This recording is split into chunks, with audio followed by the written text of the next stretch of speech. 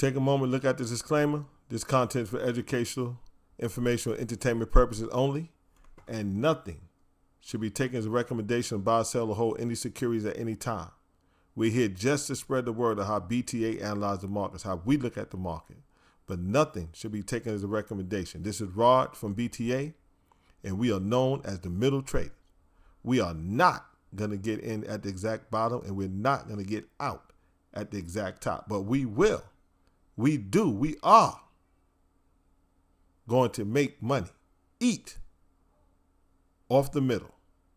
We are the stock market masters, the premier analysts of the technical charts and the fundamental data. This is a weekly chart of the major index ETF, the DIA, that tracks the Dow Jones Industrial Average. We're going to do an analysis of the weekly charts of the major index ETFs. We just looked at the daily charts. Now we're going to look at the weekly charts after the Fed rate hike to see if we can find any clues to what may happen in the future.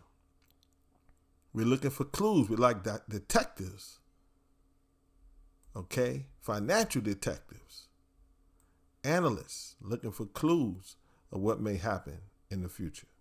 Right now, this is this week's trading action. This is a weekly chart of the DIA. And here is the 150-week moving average. As you can see, we traded below it and we right above the 150-week moving average. We traded below it at some point this week, but we closed above it. So we holding support at the 150-week moving average. If we get below that, trade below it, and then try to get back above it and can't get above it and trade down, then the 200-week moving average is the next stop. Point blank in period. That's the facts, okay? So like I said before, with the daily charts, there's really nothing to look at if you're below a downward trending 5-day moving average, right? Well, but we still need to analyze the weekly charts just to make sure that there's nothing that we need to be aware of on the longer term time frame, because the longer term time frame is the strongest. Okay, we always want to be trading in the direction of the longer term time frame. That's facts. Okay, so we got to make sure we keep an eye on it, even though we know we're not going to make a move if we can't get above that downward trending 5-day moving average, at least on the daily chart. And if Lois is not got the blue line underneath price, forget about it. It ain't happening. Okay, look at the white moving average here. That's our 4-week moving average. And the green moving average line is our 8-week moving average. And then we got the 13-week moving average, which represents 1 quarter, 3 months of trading activity. We're below all of that. But the main thing here is we have to hold support at the 150-week moving average, and then try to trade back up and see if we can try to get above the 4-week and the 8-week moving average. So that's where we're at right now for the DIA as far as the weekly moving averages are concerned. All right, this shouldn't take that long. We should be able to get through this pretty quickly. So here, let's look at the structural chart and see what we see for the DIA on the structural level. Well, you know this trend line is going all the way back to the March 2020.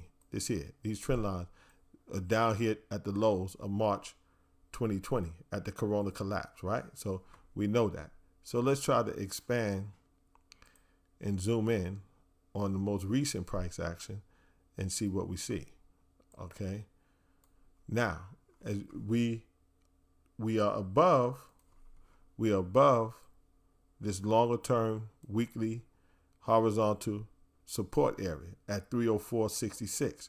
We stayed above it. We traded below it at some point this week and kind of tested this downward trending trend line, which was our previous channel where prices were stuck in there. We tested that upper trend line at one point this week, but we bounced off and we got back above this horizontal support area, which is now should act resistance area that we want to act as support now. If we come back down, we want to hold that and rally up. But we have this internal, this the outside trend line across the lows. We got this trend line here across the lows that we want to try to get above. And then we're going to be faced with this internal trend line right here, okay? But that's the second level, Okay, but we got to get past this downward trending, this upward trending trend line across the lows right here. Hold support here at this weekly horizontal support level at 304.66. Hold support there and try to rally up and get back above this trend line across the lows. Okay, we need to do that, and hopefully we can start moving up, test the next trend line, the internal trend line, and then try to test the next horizontal overhead resistance area at 322. We make it up there, we're going to be breaking above a lot of the key moving averages and things of that nature. So, but the first step is to get above this trend line here, get above this trend line across the lows and hold support on the 150 week moving average. Okay, that's the first thing. That's the first thing we need to do. Let's look at the SW chart real quick. And we got that same trend line. Okay, we got the same trend line that we just spoke about on the SW chart. Okay, let's zoom in. Let me zoom in so you can see it clearly. We got the same internal trend line. Okay, so it's the same setup. But we got the 21 week moving average, which is the yellow moving average right here. On this chart, it's the 21 week instead of the 13 week. It's pointing straight down. Okay, but we got to get above this horizontal resistance level here and this trend line across the lows. And then we got this trend line coming across the high that I don't have identified on the other chart. And then we're going to try to test this other overhead resistance at 322. So we got a little work to do. We're going to be monitoring it. We're going to do constant updates. If it start breaking above these levels, definitely, we're going to be on top of it. That's for sure. And the next thing we want to see this here relative strength line stay above zero. It is right now. It's at 3.72. So it's outperforming the Standard & Poor's by 3.72%. That's good. All right. We want it to stay above the zero line, showing us that it is constantly outperforming the Standard & Poor's. We want to trade with outperformers. We don't want bench warmers. Okay. We don't want underperformers. We want outperformers. We want to trade with outperformers. The best is what we want to trade with. Okay, now let's look at the SPY, the SPY, the ETF that tracks the Standard & Poor's 500. Where here is our chart of our weekly moving averages. This is a weekly chart of the SPY right here. And once again, we traded right down at one point this week. We traded right down to the 150 week moving average. We're right there. We need to hold support of the 150 week moving average and then try to get up here and test this here 4 week moving average line, which is the white line, and the green 9 week moving average line. 8 week moving average line. Okay. We got to stay above this 150 week. All right. We got to stay above this 150 week right here. If we break below that and find resistance there, then like I said before on the DIA, the 200 week moving average is the next stop. We don't want to see that. Hopefully we could get that relief rally and start running back up to those highs of the day of the inverted yield curve. We spoke about it. Okay, so now let's look at the structural chart and see what's happening. It's something very interesting on the structural chart. Okay, our levels, don't let nobody tell you that these levels don't mean anything. As you can see, a lot of times prices stop right to the level where we have our support and resistance areas and trend lines. It's almost to the penny.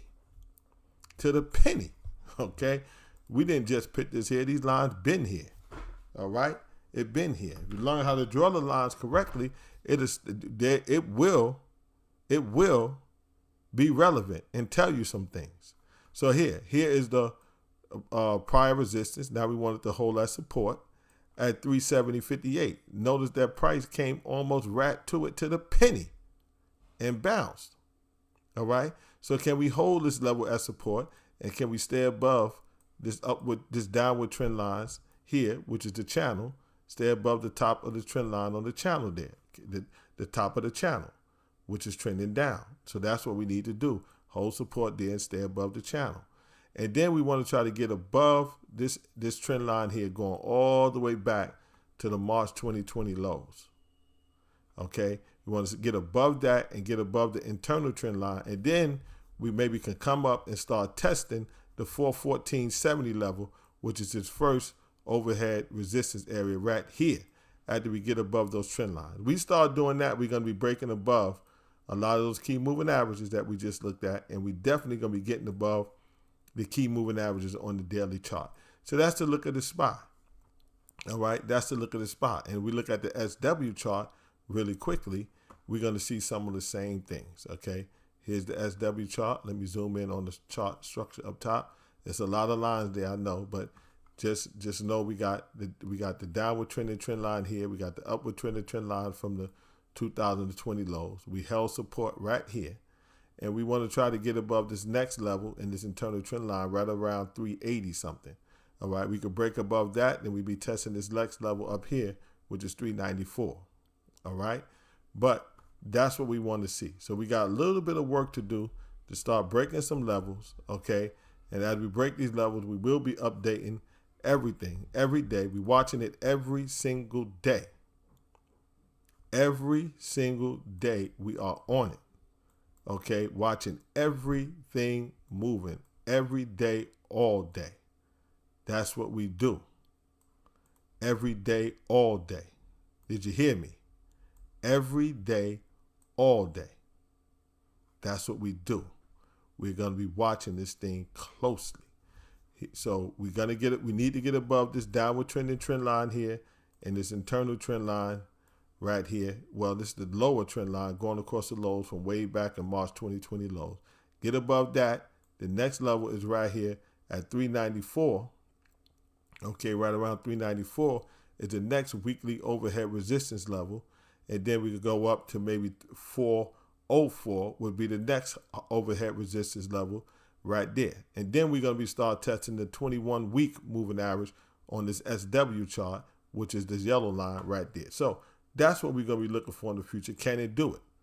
If it fail and break support and come back below 371 and break below the 150-week moving average, then we know the 200-week moving average is probably the next stop. More than likely, it's the next stop. Okay, so now let's go back and let's take a look at the triple Qs, the QQQ, the ETF that tracks the NASDAQ, specifically the NASDAQ 100. But what the NASDAQ 100 do, normally NASDAQ does. Okay, this is a little different picture. Not as great, but the NASDAQ is looking a little better on the daily chart, all right, than some of the other ones because it is trying to get above lowers. It's the only one today that is really testing and trying to get above lowers and may signal sometime tomorrow or Friday. Okay, but on the weekly chart, it really doesn't look that good because we're below 150-week moving average right here. We're below it. On the DIA and the SPY, we was trying to find support at it. We're below it. We're trying to find support. Hopefully we don't drop another 20 points to the 200-week moving average right here. All right, so we got to get above the 150-week moving average, this downward trending 4-week, and this downward trending 8-week moving average. And then maybe we can test this 13-week moving average up here at 318. So this is a little, the Qs is looking better on the daily chart, but it's coming to some really strong overhead long-term moving averages on the weekly chart. It's specifically this 150-week moving average. If we can't get above that and we get rejected, we might come back down to the 200-week. So we got to monitor this very carefully. It's looking better on the daily chart, but the weekly chart, we may run into some problems right there at these long-term key moving averages. See why you got to still look at the weekly charts? You see? Because we wouldn't have saw that and we'd only be looking at daily because that 150-week moving average is right there. It's 10 points higher. Okay, you can get a 10-point move. You make quick $10 maybe, but don't try to get too much further than that without keeping an eye on the 150-week moving average. If you're only looking at daily charts, you'll be wondering why it got rejected and start trading down because you didn't keep your eye on everything moving. That's the problem. We have to keep our eye on everything moving. That's just the way it goes. We're going to be on it every day, all day. All right, here is the triple Qs. Here is the triple Qs, right? This is the structural chart of the QQQs on the weekly chart, weekly structural chart. And as we can see, we traded right up to this trend line going across the lows, going all the way back to March 2020. We traded above it a little bit and we pulled back and got below it. We kind of got rejected there. And then we got the next internal trend line also coming from the March lows, the March 2020 lows we got to get above. And then hopefully we can get up here and start testing 303.50 overhead resistance level right here. So that March 2020 lows on the trend line for the Qs on the structural chart can be a problem. And then we still got the 150-week moving average on the moving average chart. That could be a problem. So we got to see if we could get above that. I'm just going to reduce this a little bit and minimize it so you could kind of see right here. You see this trend line is coming all the way back to these March 2020 lows. So it's a very long-term trend line coming right off them lows, going right across this fractal and internal right here. So this is where we're at. We got to get above this trend line. That can act as overhead resistance. This is why you got to look at the weekly charts, the longer term charts, okay? It's really nothing to do until we get above a downward trending 5-day moving average. But when you get above that, you got to know where your levels are at on the long term. So you don't wonder why all of a sudden prices started trading down on you and you wonder what's going on. You start saying, oh, price manipulation, all this. Well, not necessarily. It's hitting the key levels that you didn't see because you didn't look long term. The long-term chart commands the most strength. Trust me on that. This is not financial advice. I can't give financial advice, but I'm telling you, okay, this is what we do. I'm telling you that the long-term chart holds the strength. Okay? The long-term chart is the most strongest chart. Then you step down to the daily chart and only trade in the direction of the longer-term chart, point blank and period. And you can keep yourself out of a lot of trouble. Okay, now let's look at the SW chart real quick. Okay, we're not going to see much different. And that's that internal trend line right there. I'm going to zoom in so you can see it. You can see we stuck between on the SW chart, this fractal right here, this fractal, which is overhead resistance. We got above that. That's around 280 and some change. And then we got that trend line going across the lows from way back to March 2020 that I just showed you. We closing right on it. Okay, so we want to stay above this horizontal resistance level, which we got above it at 280. Okay, we right around 280 and some change. We closed the day at 282. But we got to get above this trend line here. And then we'll test the next one. If we can get above the other internal trend line, we'll test this next overhead resistance level at 297. So that's the Qs. Okay. Like I said, this wasn't going to be long because we got to just look at the key levels. Okay. And then when we start getting above some key levels, then we're going to be doing a little more in-depth analysis. But we got a lot of work to do right now. Let's look at the IWM. Okay, let's check the IWM out, and then that'll be it. All right. So here's the IWM. Okay. Once again, we got above. Well, let's not skip ahead. Let's not skip ahead. That wouldn't be a good thing. Let's look at the moving averages. Okay, because it's something very important on the moving averages that we don't want to miss. It's looking kind of similar to the Qs, right?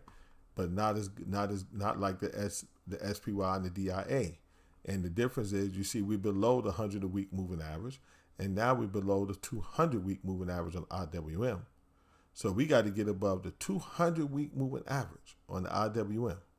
We got a downward trending 4-week moving average line, the white line, and a downward trending 8-week, and it's just right above the 200-week and right below the 150-week, which is right here. So you see the overhead resistance that's sitting there waiting on us. You see it. It's all right here. And then we still got that 13-week downward trend line, the yellow line that's right above everything. So this IWM is coming into some serious overhead long-term resistance levels. We got to watch it. If it trade up and get rejected to that, this thing could go lower. This thing could go lower. Okay. So we got to keep an eye on that. But we can start breaking above this 200-week moving average, get above this 4-week and 8-week moving average, start testing that 150. Look, lower start generating the upswing. We might get above all this, but we got to keep an eye on it. All right. The first things first, we got to get above this 200-week moving average get above this 4-week and 9-week moving average, the white and the green line, and then try to see if we could get above the resistance of the 150-week moving average. First things first. That's what we need to look at. Okay, now let's go to the structural chart.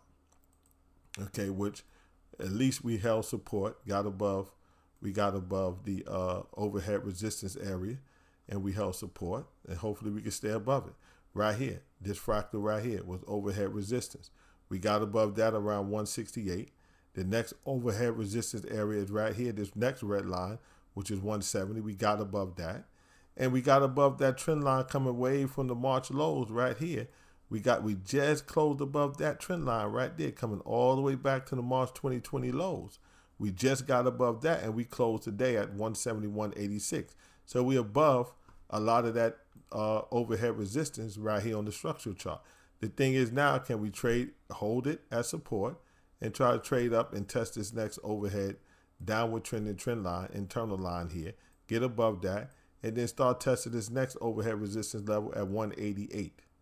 Okay, so but if we start doing that, we know we got above some of those longer term key moving averages, that 200-week moving average, that 8 and 9 week moving average right here on the that 200-week moving average right here, that 8 and 9 week moving average right here on our weekly moving average charts.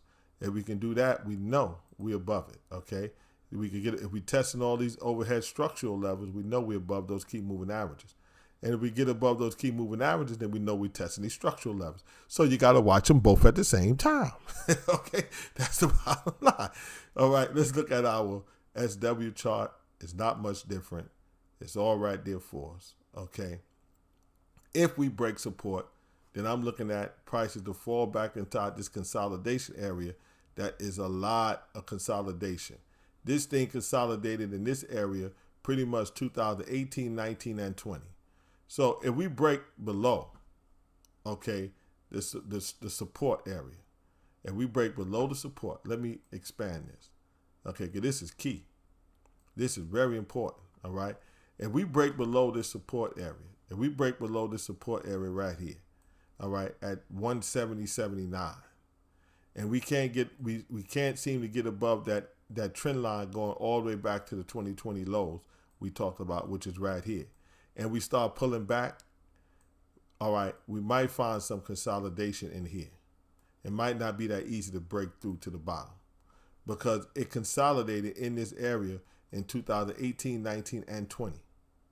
That's why I got this highlighted and put the years there. This is some really long-term consolidation stuff going on here. We could possibly pull back in here and sit in here for a while. So if I were to short this market, as far as I'm concerned, if it pulled back, okay, then I know from somewhere around 170, okay, where it may break down at, somewhere around 170, if I were to get into that, I would know somewhere around 160, going into 160, 158, somewhere in that area, I might start stalling. I won't look for too much more than that because I don't want to just sit in dead money and move sideways for 6 months, a year or something. This thing consolidated here for a long time. So you're only talking about $10 to $15 when it falls down, where you got to start saying, maybe I should take some profits, start moving some money around because this thing could sit here and be dead money for a long time. So that's the Qs. The IWM. That's what that's what it's looking like right now. So the IWM is very interesting. That's why we look at different charts. Okay, I got different charts set up here so that way I can keep an eye on everything moving. So that's the weekly charts. Okay, quick update of the weekly charts. That's it right there. Now, of course, when we start seeing all this stuff breaking out, this is our on-balance volume, right? We're going to be looking at our on-balance volume. If we start moving up and everything start breaking out, we're going to want to see our on-balance volume breaking it down with trend line. Okay, I'm going to eventually, I don't have it here now, but I'm going to eventually, okay, I'll do it sometime tonight or early in the morning. I'm going to put the trend lines here, okay, all right, and I'm going to make them kind of heavy so we can see them. So we know that we got to watch the on-balance volume. If prices start changing, okay, prices start moving up, then we're going to want to see the on-balance volume breaking above its low right here and then getting above the trend lines, all right? And we're going to do the same thing we're going to do the same thing on the accumulation distribution line. Okay. We're going to do the same thing on the accumulation distribution line. And we're going to do the same thing on the price volume trend. We're going to do the same thing on all of them. And we're going to make sure that when prices start moving up, we see the volume coming in. And of course, that's what saved our behind last week, right? And we were able to see that the market may trade down. We watched the daily chart, the on-balance volume of the daily chart. Okay, we kept an eye on that. So of course, we're going to keep an eye on the on-balance volume on the daily chart, but we want to see that volume picking up on the daily and the weekly. Okay, so that's it for the weekly charts of the major market index ETFs after the Fed meeting. So the Fed hiked rates. All right, the market didn't totally collapse, so it didn't hate it all that much for today. But let's see how tomorrow brings. Let's see what tomorrow brings. But we know if the rates keep going up, it's going to definitely pressure the housing market. It's going to pressure the loan industry, mortgage markets. Okay, and interest rates going up, they're going to affect people with credit cards and debt and mortgages. I mean, it could really tip the economy into a tailspin, right? What O'Neill said, by the time we get to the second, third, fourth interest rate hike, recession time. Tips it into recession. They don't want to say it, but they might know deep down inside the only way to stop the inflation, to crack it and stop it, is to tip the economy into recession. But we're going to see it all coming on the charts well before they tell us on the news, because we also watching those GDP reports. All right. See y'all on the next video.